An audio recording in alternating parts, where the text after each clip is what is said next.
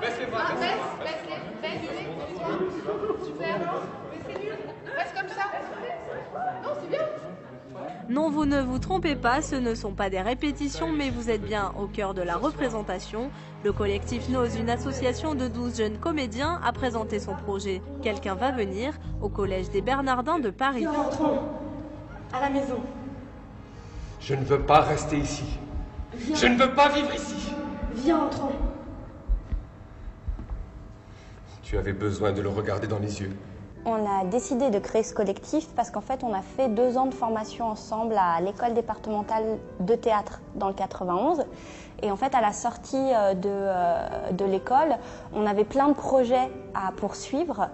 Et du coup, on avait envie de les continuer ensemble. Et dire que sa famille, à lui, a vécu dans la maison où nous allons vivre. La maison où nous sommes obligés de vivre. C'est une intrigue très banale, assez simple. C'est l'histoire d'un couple qui part s'isoler du monde, en fait. Et une fois qu'ils sont arrivés au milieu de nulle part, ils sont pris par l'angoisse que quelqu'un vienne.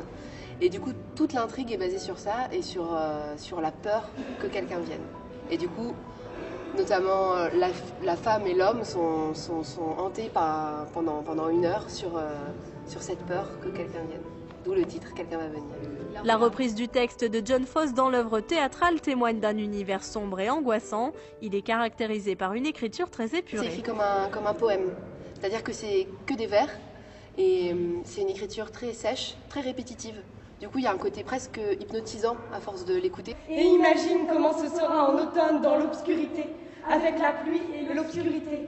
Une mer qui déferle blanche et noire, et rien que toi et moi, ici dans cette maison, et si loin des gens. Oui, si loin des gens.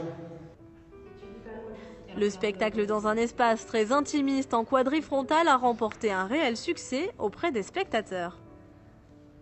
Je connaissais pas le texte, il était original, un peu effrayant dans le sens où on se sent un peu oppressé, mais une très bonne impression en sortant.